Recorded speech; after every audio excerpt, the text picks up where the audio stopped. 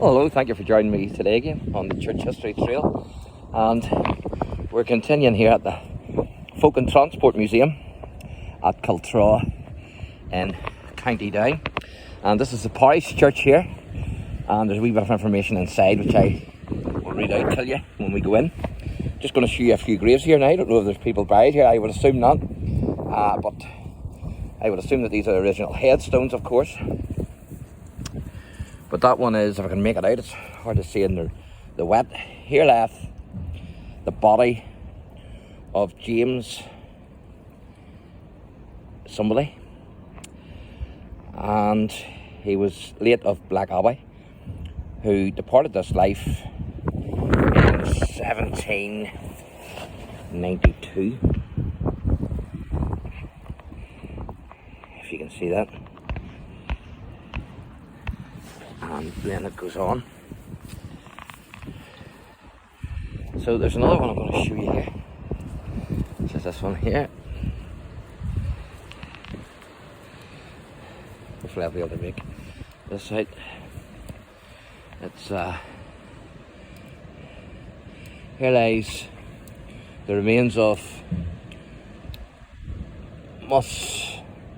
Musa Dean Old, I think that is. Must be, I don't know, German maybe. Merchant, Belfast, who departed this life 8th of October 1788. And his daughter as well, she was 17. I'll have to go around and have a look at that.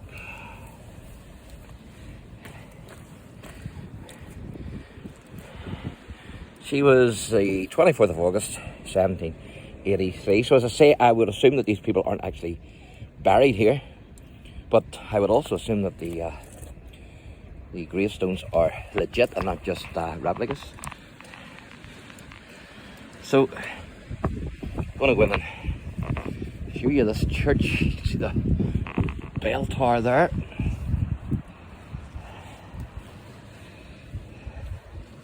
At least this one's open. Unfortunately, the Presbyterian one wasn't open because they're doing a bit of renovation. So some of the places, unfortunately, are closed. So I'll take you in here to the church. We're now in the bell tower, as you can see, and you can see places for hanging your coat, and also a baptismal font. So I'm going to read a wee bit of this information out to you before we go into the church. So it's Church of Ireland. It's original. It was built originally in 1790, and its location was CARNACALLY, Kilmore, County Down, and it was dismantled and moved to the Folk Museum in 1976, and was first opened to the public in 1983. So there's CARNACALLY, I think that is how you pronounce it, in Down.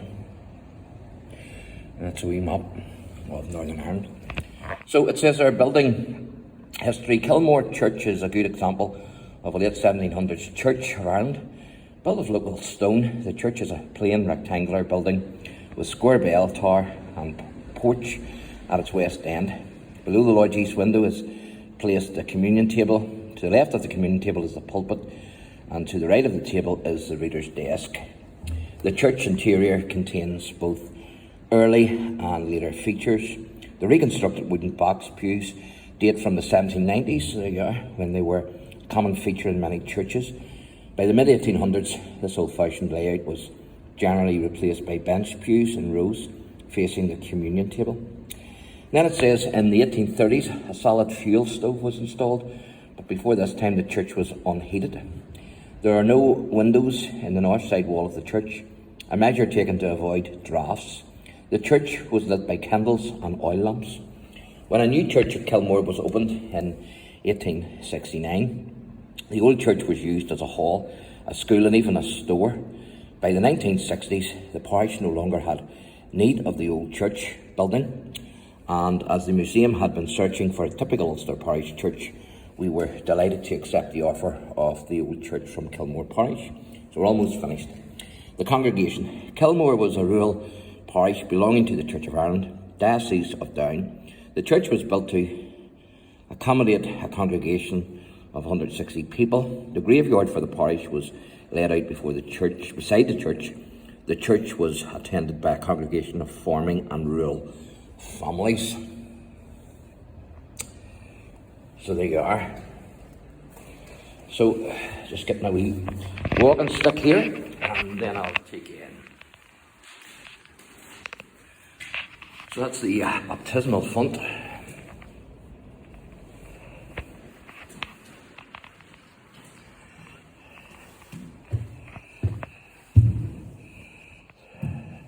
Pretty plain. You can see the box pews there, and of course families would have rented these out. For themselves, they would have put their money in the plate, and that guaranteed them their spot, their pew. So you'd sort of be paid for your box pew, and that was guaranteed for your family.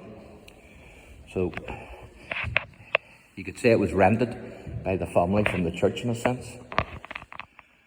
There's a Doctor of Medicine. Sacred to the memory of George Cunningham, Doctor of Medicine, whose remains are interred in the adjoining churchyard. He died February 1st, 1843, aged 32 years. So I'm assuming that there are actual burials then, and not just moved from the original place to here, but that the bodies themselves were moved. Not 100% sure on that, to be honest with you. Could be, maybe not, I don't know. There's the means of heating. That's the stove.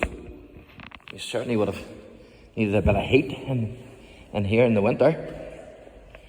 Especially if the frost or the snow was on the windows and lying outside.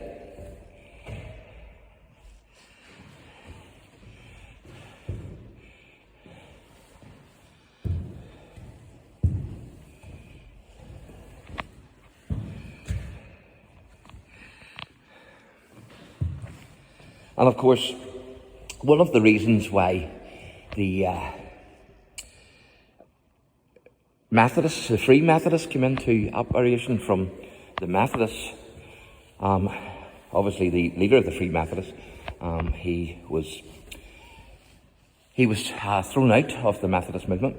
One of the reasons for that was because he didn't believe in paying for your box pew, because he said that, I forget his name now, but he said that families who were poor couldn't afford a box pew. And so he was against that. And so he ended up forming the Free Methodist movement. So there you go, folks. I wish I could remember his name for you, but I can't. This is maybe locked, I would assume. No, it's not. You can get in here. So this is obviously the minister's office. And that's for putting out the candles back in the day.